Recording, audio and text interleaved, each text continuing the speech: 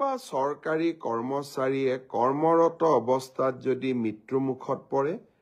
তেওঁলোকে 5 লাখ টকাৰ পৰা 10 লাখ টকা তেওঁলোকৰ পৰিয়ালে অতিৰিক্ত লাইফ ইন্সুৰেন্স পাব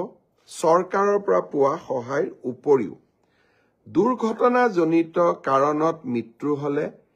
1 কোটি টকা পৰিয়ালটোৱে পাব আৰু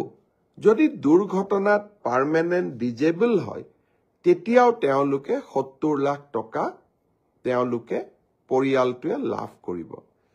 লখিমপুৰৰ কেবিনেট সিদ্ধান্ত হোৱাৰ পিছত আমি বেংকসমূহৰ লগত নিৰন্তৰভাৱে আলোচনা কৰিম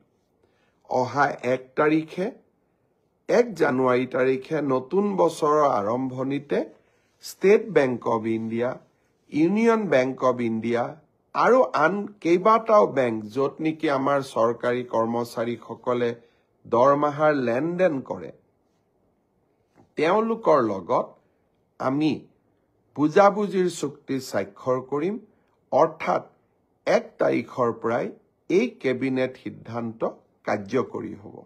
কোনোবা চৰকাৰী কৰ্মচাৰীয়ে কৰ্মৰত অৱস্থাত যদি মৃত্যুমুখত পৰে তেওঁলোকে 5 লাখ টকাৰ পৰা 10 লাখ টকা তেওঁলোকৰ পৰিয়ালে অতিৰিক্ত লাইফ ইন্সুৰেন্স পাব চৰকাৰৰ পৰা পোৱা সহায়ৰ উপৰিও দুৰ্ঘটনাজনিত কাৰণত মৃত্যু হলে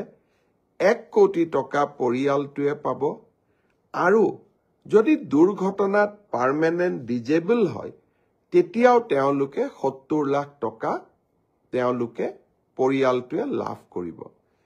লখিমপুৰৰ কেবিনেট সিদ্ধান্ত হোৱাৰ পিছত আমি বেংকসমূহৰ লগত নিৰন্তৰভাৱে আলোচনা কৰিম অহা 1 তাৰিখে 1 জানুৱাৰী তাৰিখে নতুন বছৰৰ আৰম্ভণিতে state bank of India union bank of India আৰু আন কেইবাটাও বেংক য'ত নেকি আমাৰ চৰকাৰী কৰ্মচাৰীসকলে দৰমহাৰ লেনদেন কৰে তেওঁলোকৰ লগত আমি বুজাবুজিৰ চুক্তি স্বাক্ষৰ কৰিম অৰ্থাৎ 1 তাৰিখৰ পৰাই এই কেবিনেট সিদ্ধান্ত কাৰ্যকৰী